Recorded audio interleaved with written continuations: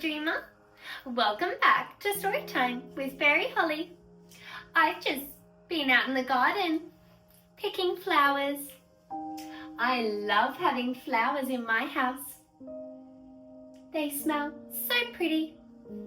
But, you see, if you love flowers just as much as I do, then you must know a secret. You can't take all the flowers. That's right, you have to leave some flowers in your garden for the buzzy bees. If there's no flowers for the bees, how are they going to pollinate? That's right. So next time you see a big bunch of flowers and you want to pick them all, make sure you only pick one and leave the rest for the buzzy bees. I want to share a special story with you today. It's about a butterfly fairy. Would you like to listen along? I've been looking for my book, but I can't find it. Do you think if you say, "I do believe in fairies," as loud as you can, my book will appear? Should we give it a try? On the count of 3, you have to say, "I do believe in fairies."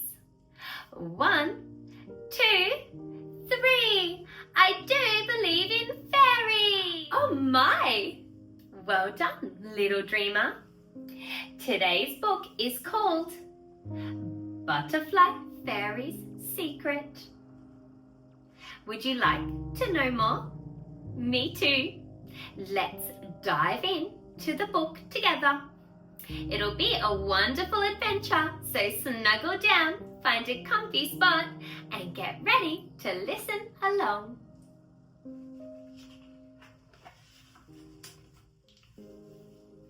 It was a fresh autumn day on Fairy Hill. The whole kingdom was aglow with warm colours. This was an important time of year for the fairies. It was harvest time.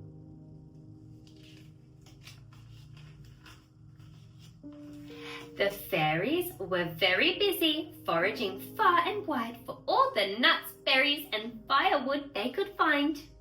It was hard work collecting supplies and flitting through tunnels to the underground store. An underground store? Sounds quite magical. Butterfly Fairy was tired of working and longed to spread her wings in the last of the day's sunshine. "Come on, lazy bones, we're nearly done," said Grasshopper Fairy. But the shimmering golden sunbeam caught Butterfly Fairy's eye, and off she flew to bask in the pool of light. Off she goes to spread her wings. "That's better," sighed the Butterfly Fairy.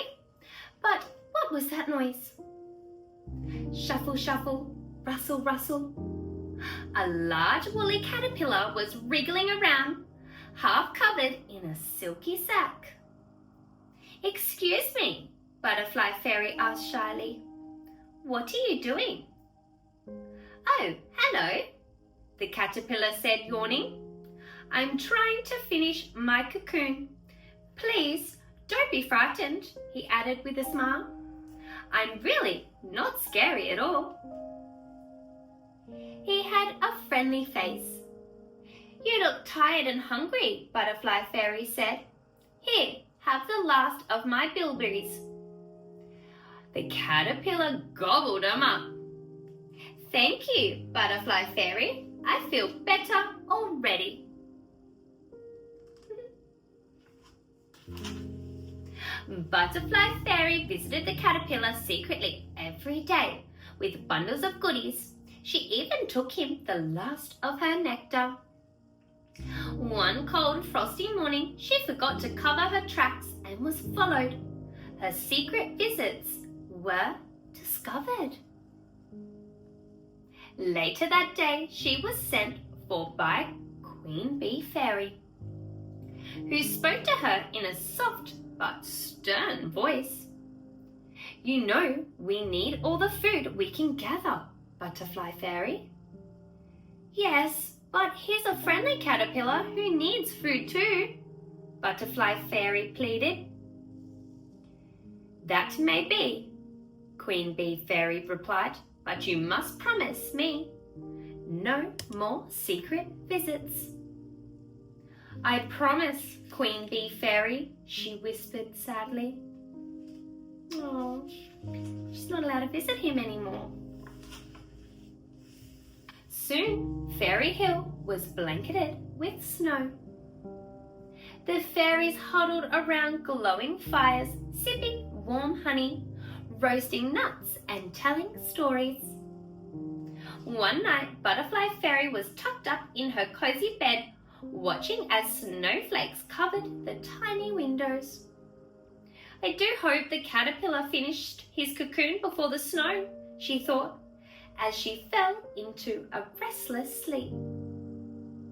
Oh, I hope he finished it too, to stay nice and warm from the snow. A loud banging noise woke Butterfly Fairy. Grasshopper Fairy leapt into the room. Our winter store is being stolen, he shouted. They raced through the tunnels to join the rest of the fairies. I think it's that caterpillar, someone shouted. No, Butterfly Fairy cried. He'd never do such a horrible thing, and besides, he must be asleep in his cocoon by now. Grasshopper Fairy was the only one to nod in agreement. Butterfly Fairy fled from the hall, followed by Grasshopper Fairy. I wonder where they're going. We must find the caterpillar before the others do, she said, packing her basket. Come on, let's go. They flew over the winter woods and at last found the caterpillar. Oh, caterpillar, you're all right. Butterfly Fairy poured a drop of honey into his mouth to wake him up. All the better for seeing you, whispered the sleepy caterpillar. But I do feel quite strange. He stretched out from head to toe, and his cocoon ripped open. Wow, gasped the two fairies. Out of the cocoon crawled the most beautiful moth. Brr, the moth said, shivering. It's still winter. What's going on? The fairies looked very worried. Oh, caterpillar, moth, said Butterfly Fairy. Our food is being stolen. Can you help? The others think it is you. The moth shook his wings. One good deed deserves another, he announced in between his big yawns. All aboard! They swooped over Fairy Hill, scouring the kingdom for the thief. On their second lap, Butterfly Fairy tapped the moth's shoulder. Look, there's our food. She pointed at a small burrow in the snow. Suddenly, a greedy brown mouse scampered out, overloaded with berries. We've got to stop him, exclaimed the Butterfly Fairy. Uh-oh, he's stolen all of the food from the underground store. Hold on, yelled the moth as he gathered, stretched and flew as quick as he could towards the mouse. The winter sun cast a shadow. The mouse stopped in his tracks. Thinking the shadow belonged to a hungry owl, he dropped the berries and ran as far away from Fairy Hill as his stubby legs could carry him. Off he goes. Look, little mouse. Hooray, hooray, moth saved the day, the fairies cheered. Queen Bee Fairy stepped forward. Your kindness to the moth has helped us all, Butterfly Fairy. And turning to the moth, she said, What a fine moth you are. How can we repay you? He yawned.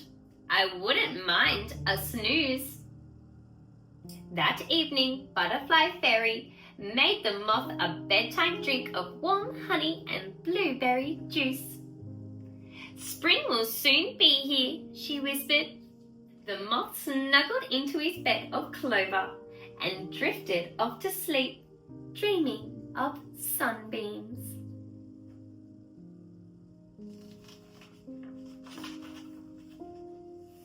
The end. What a beautiful story. So the Butterfly Fairy had a secret. She was taking her food to the caterpillar, who was preparing himself in his cocoon. But when the Bee Fairy said that she wasn't allowed to see the caterpillar anymore or sneak any of their food, she got very sad.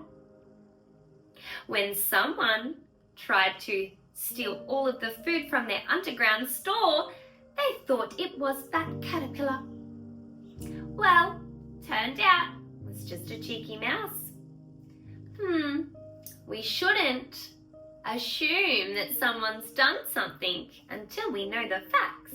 Isn't that right, little dreamer? I hope you enjoyed tonight's story. Remember, if you did, make sure you hit the like button. If you know someone else who you think would enjoy my stories, make sure you share it with them. Because, after all, that is really kind. Without everyone watching my stories and believing in the magic, I won't be as magical. Remember to subscribe so you don't miss out on any bedtime stories with me. I'm Fairy Holly, and remember, stay magical and be kind, little dreamers, and I will see you next time. Bye!